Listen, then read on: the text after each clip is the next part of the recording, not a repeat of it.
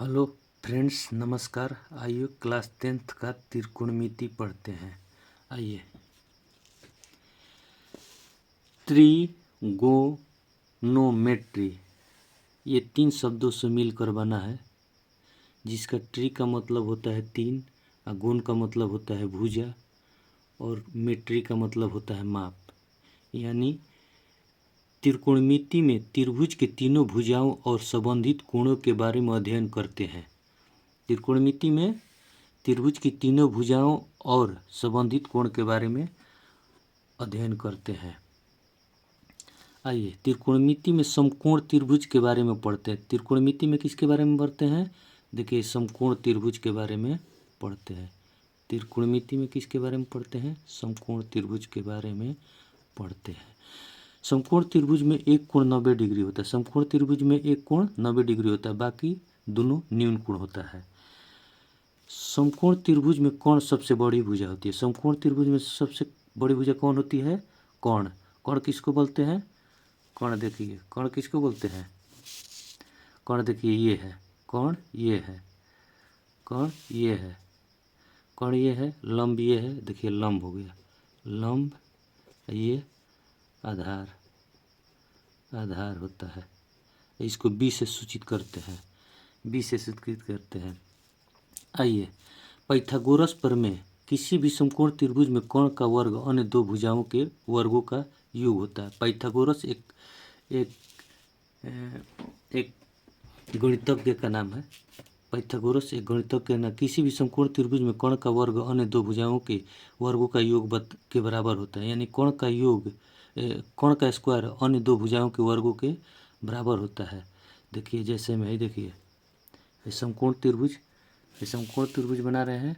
समकोण त्रिभुज को देखिए का, ये हो गया आधार, आधार हो गया, ये हो गया लंब हो गया, ये हो गया कोण। कोण का स्क्वायर अन्य दो भुजाओं के वर्गों के योग के बराबर होता है।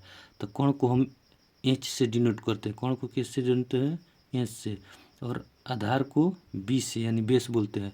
लंब को परपेंडिकुलर बोलते हैं।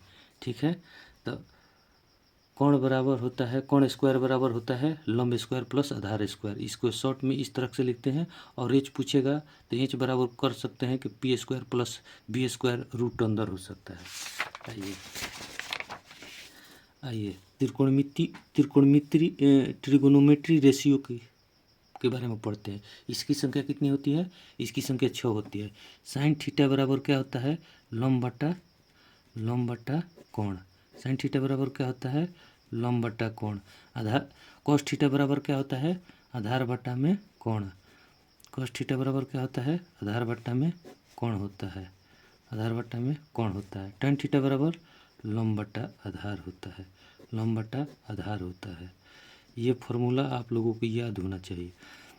साइन थीटा बराबर लंब बटा कोण, और इसका उल्टा हो जाता है कोसेक थीटा का। कोसेक थीटा बराबर होता है कोण बटा लंब, कोण बटा लंब होता है, लंब होता है। और कोस थीटा बराबर आधार बटा कोण होता है। तो इसका उल्टा हो जाता है सेक थीटा। सेक थीटा बराबर कोण बटा आधार होता है, कोण बटा आधार होता है, आधार होता है, कोण बटा आधार होता है, कोण बटा आधार होता है। tan थीटा बराबर लंब बटा आधार, tan थीटा बराबर लंब बटा आधार। तो cot थीटा बराबर आधार बटा आधार बटा आधार बटा लंब, लंब होता है। साइन थीटा बराबर लंब बटा कोण, cos थीटा बराबर आधार बटा कोण, tan थीटा बराबर लंब बटा आधार, और कोसेक थीटा बराबर कोण बटा लंब, सेक थीटा बराबर कोण बटा आधार, cot थीटा बराबर आधार बटा लंब। अब आइए, ये इतना फार्मूला याद लिए, तो आइए क्वेश्चन देखते हैं। यदि लंब बराबर 24 दिया है, आधार बराबर 7 दिया हो, तो कोण कैसे निकलेगा? कोण बराबर होगा, कोण बराबर होगा रूट अंदर लंब स्क्वायर, लंब लंब स्क्वायर प्लस आधार स्क्वायर, आधार स्क्वायर होता है, आधार स्क्वायर होता है। लंब मेरा कितना दिया है? 24 दिया है, 24 दिया है। आधार कितना दिया है? 7 दिया है। अब बताइए, 24 का वर्ग स्क्वायर कितना होता है? 24 का स्क्वायर कितना होता है? 576 होता है। ऐसे गुणा कर लीजिएगा, हमारे देखने से 576 होगा। इसको जोड़ेंगे कितना होगा? 625। 625 का वर्गमूल कितना होता है? 25 होता है। तो यहाँ से कोण कितना निकल के आ गया? 25। अब आपसे हम पूछते हैं, ये बताइए कि साइन थीटा पूछ देगा क्वेश्चन में, साइन थीटा बराबर कितना हो? साइन थीटा बराबर क्या होगा? तो साइन थीटा बराबर क्या होगा? साइन थीटा लंब बटा कोण होता है नू। तो लंब बटा कोण, तो लंब बटा कोण, तो लंब कितना है? 24 है। कोण कितना है? 25। और सही पूछ देगा कि कोस थीटा बराबर कितना होगा। तो कोस थीटा बराबर क्या होता है? कोस थीटा बराबर बताइए आप लोग क्या होता है? कोस थीटा बराबर आधार बटा में कोण होता है। आधार बटा में कोण होता है। कोण होता है ना, कहिएगा हाँ कोण होता है। तो बताइए आधार कितना दिया है? 7 दिया है। और कोण कितना दिया है?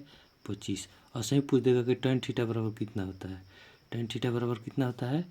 आप लोगों को बताए हैं, लंब बट्टा में आधार होता है। tan थीटा बराबर लंब बट्टा में आधार होता है ना।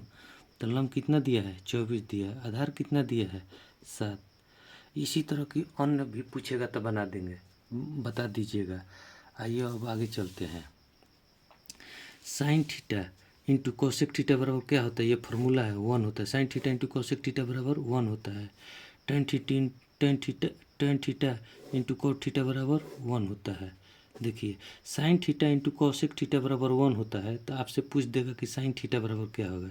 तो साइन थीटा बराबर 1/cos थीटा लिख सकते हैं, कोसेक थीटा लिख सकते हैं। कोई एक हाँ लिख सकते हैं नू कोसेक थीटा।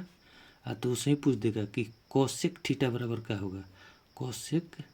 कोसेक थीटा बराबर क्या होगा। तो 1/sin थीटा लिख सकते हैं। बोलिए, लिख सकते हैं बिल्कुल, क्या बिल्कुल लिख सकते हैं,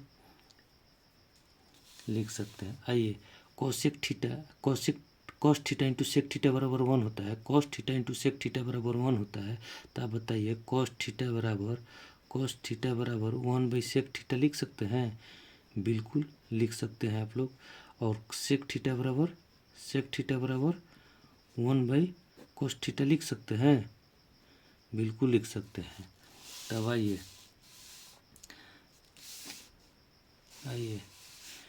अब आइए tan theta into cot theta बराबर 1 होता है। तो tan थीटा बराबर यहाँ से लिख सकते हैं 1/cot थीटा लिख सकते हैं। ये कहाँ लिख सकते हैं? कोट थीटा लिख सकते हैं। तो अब बताइए कि कोट थीटा बराबर 1/tan थीटा लिख सकते हैं। ये भी लिख सकते हैं। आइए अब देखिए tan थीटा बराबर साइन थीटा बटा में cos थीटा, ये फार्मूला है। tan थीटा बराबर sine theta into cos theta, ये फार्मूला। और cot थीटा बराबर होता है इसका cos थीटा बराबर होता है साइन थीटा। tan थीटा का उल्टा हो जाता है। ये फार्मूला आप लोगों को याद होना चाहिए। tan थीटा बराबर साइन थीटा बटा cos थीटा, और cot थीटा बराबर cos theta into sine theta. अब आइए क्वेश्चन देखते हैं। यदि tan थीटा बराबर 15/8 है तो sine theta sec theta cosec theta का मान निकालिए।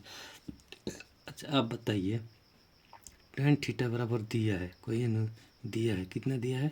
15/8 दिया है, कोई कहाँ। तो tan थीटा में लंब बटा क्या होता है? लंब बटा आधार होता है। तो आपको क्या क्या दिया है? लंब बटा आधार दिया। तो हमको यहाँ से क्या निकालना है? कोण निकालना है। आप लोग जानते हैं कि कोण स्क्वायर बराबर होता है क्या होता है? कोण स्क्वायर बराबर लंब स्क्वायर। तो लंब कितना है? 15 का स्क्वायर। आधार कितना है? 8 का स्क्वायर। अच्छा ये बताइए 15 का स्क्वायर कितना होता है?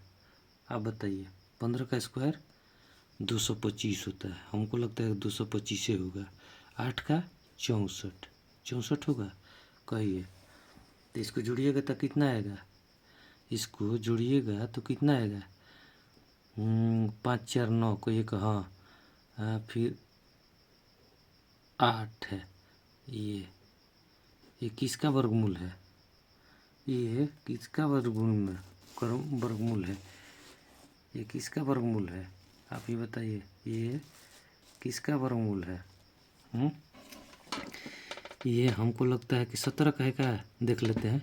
इन्हें 17 17 गुणा करके देख लेते हैं। 17 से 49 की 9 हाथ में लगल 4 7 4 11, ठीक। फिर 17 हमको लग 17 का है ना, कहिए कि हाँ 17 का है। तो हमारा यहाँ से कोण कितना आ गया, 17 आ गया। और साइन थीटा पूछा है, तो आप बताइए जब साइन थीटा पूछा है और साइन थीटा बराबर हम जानबे करते हैं कि लंब बटा कोण होता है। तो लंब बटा कोण होता है।